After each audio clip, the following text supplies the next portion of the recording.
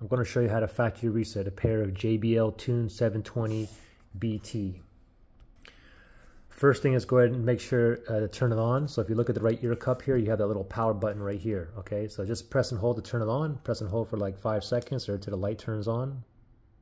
Power on. It just said power on, and let me wait for a little bit. Okay, so I get a blue solid light here. So I have a blue solid light because it's connected to a device somewhere. It's connected to my iPhone.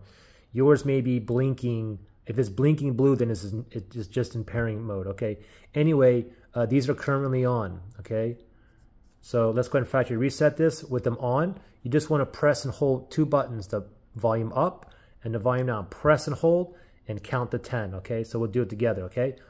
They're currently on. Volume up, volume down. Ready, set, go. And start counting. 1, 2, 3, 4, 5, 6. It said power off. Let's keep on holding. 9, 10. Let go. And now it'll turn on automatically. And now it's back in pairing mode. So we just reset this. The thing is, a factory reset does not clear your pairing list from your phone or your TV or your computer. So for instance, okay, so we just factory reset these. And before, remember, I was connected to my iPhone here. So if I just go to my iPhone here, I go to settings and I go to Bluetooth. Like I said, this is my pairing list here. It does not get deleted off the pairing list. So even though it's in pairing mode, it's not going to show, the JBLs aren't going to show up down here because I was connected before, all right? So first I have to do this. I see the JBL TUNE 720 right here.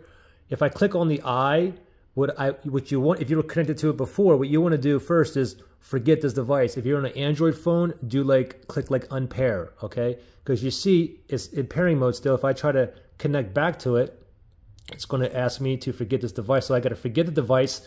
Now it's deleted off of my pairing list, okay? Now it should show up down here. It's still in pairing mode. It should pop up down here.